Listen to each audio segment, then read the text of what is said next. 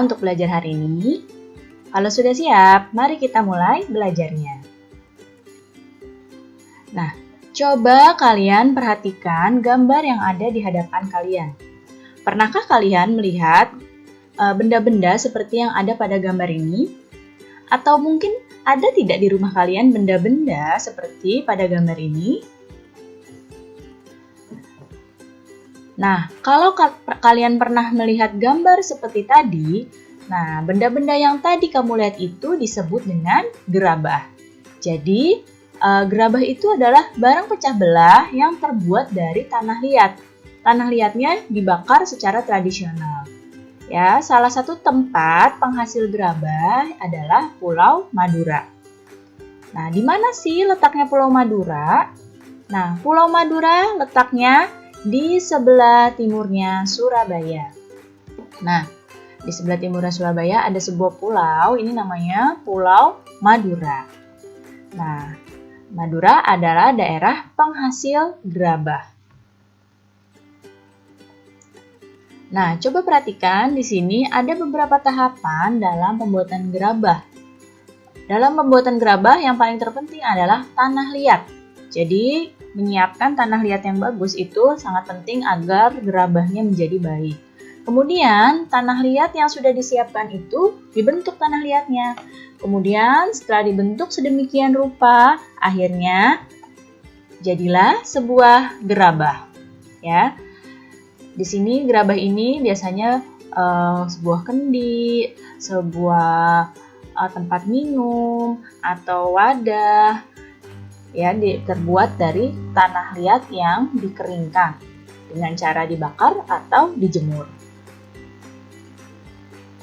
Nah, alat-alat pembuatan gerabah itu dibagi jadi dua jenis.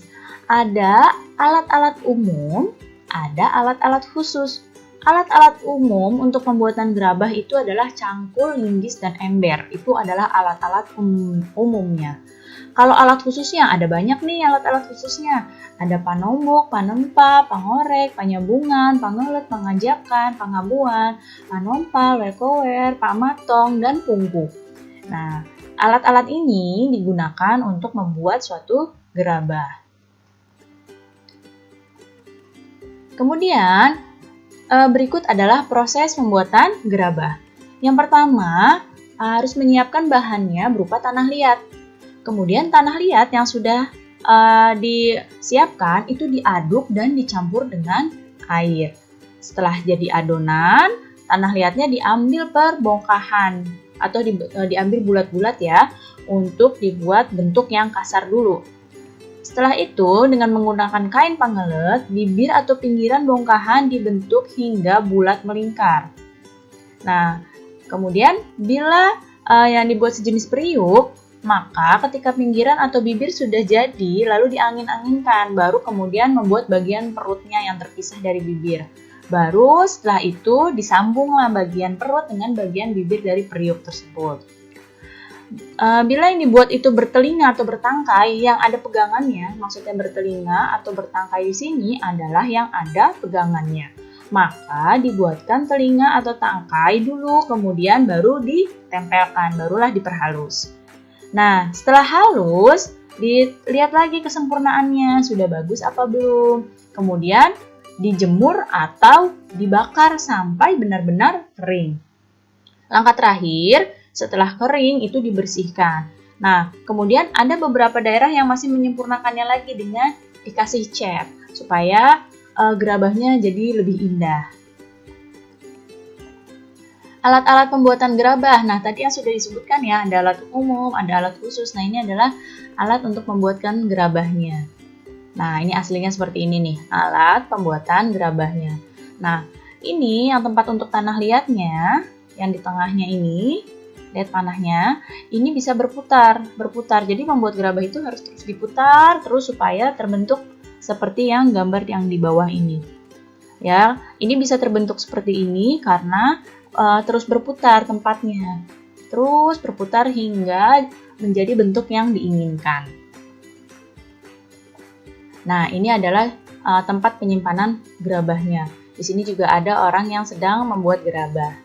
Nah, ini gerabah yang sedang dikeringkan dengan cahaya matahari. Bisa juga dengan dibakar, bisa juga dengan dikeringkan seperti ini. Nah, ini kalau sudah dikeringkan, ada nih beberapa daerah, beberapa tempat yang kemudian gerabahnya dicat seperti ini. Jadi terlihat lebih indah ya kalau dicat seperti ini. Tapi ada juga orang-orang yang menyukai gerabahnya warnanya coklat saja seperti ini, tidak dicat-cat lagi. Tergantung selera masing-masing orangnya. Nah, jadi gerabah Madura ini memberikan banyak manfaat, baik buat pengrajin gerabahnya maupun masyarakat yang membelinya. Pengrajin yang membuat gerabah ini mendapat pekerjaan, mendapat lapangan pekerjaan dari membuat gerabah. Sedangkan pembeli mendapatkan keuntungan nih, seperti gerabah itu harganya murah. Kemudian gerabah anti karat, mudah dibersihkan dan juga anti polusi. Lihat kan, tadi alat buatnya tidak pakai mesin apapun. Jadi gerabah ini pasti anti polusi.